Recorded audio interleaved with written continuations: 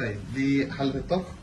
تمام، احنا طريقة الاستخدام بسيطة جدا، بفتحها بمنتهى السهولة، احط المية بتاعتي، احط الفوسفات، احط كل حاجة، وبعدين بقفل واتأكد ان انا فكيتها للآخر كده كويس. تمام، بعد كده بشغل.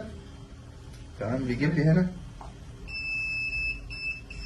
اهو في الشاشة بتاعتي، قرب كده بيجيب لي درجة الحرارة اللي موجودة دلوقتي، وده علشان اتحكم في البرنامج. عندي هنا النوب اللي هنا ديت انا بلفها يمين وشمال كده فبيغير في البرنامج، لازم ادوس عليها الاول، ادوس كليك كده فدخل دلوقتي اهو انا بتحكم في الحرارة، لمبة الحرارة بتنور بتعرفني ان انا دلوقتي بقلب في الحرارة. تمام، بختار مثلا وليكن انا هسخن على، خلينا مثلا نسخن على 60 مثلا. تمام، درجة الحرارة 60، هدوس تكة تاني هينزل لي على الوقت انا عايز افضل عامل هولد تايم على درجة الحرارة 60 دي قد ايه، خليها مثلا دقيقة واقول له اوكي. تمام، طيب علشان استارت بدوس على زرار الستارت اللي هنا ده، واخد دوسة طويلة عشان لو دوسة واحدة كده ما تعملش حاجة، دوسة طويلة. تمام، بقى كده ايه، بدأ البرنامج عندي.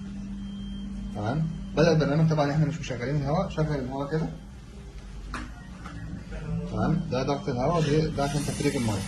الهواء كده اشتغل، البار عندي دلوقتي اهو بيعد لحد ما ايه اهو ملى لحد ايه 2.5 بار.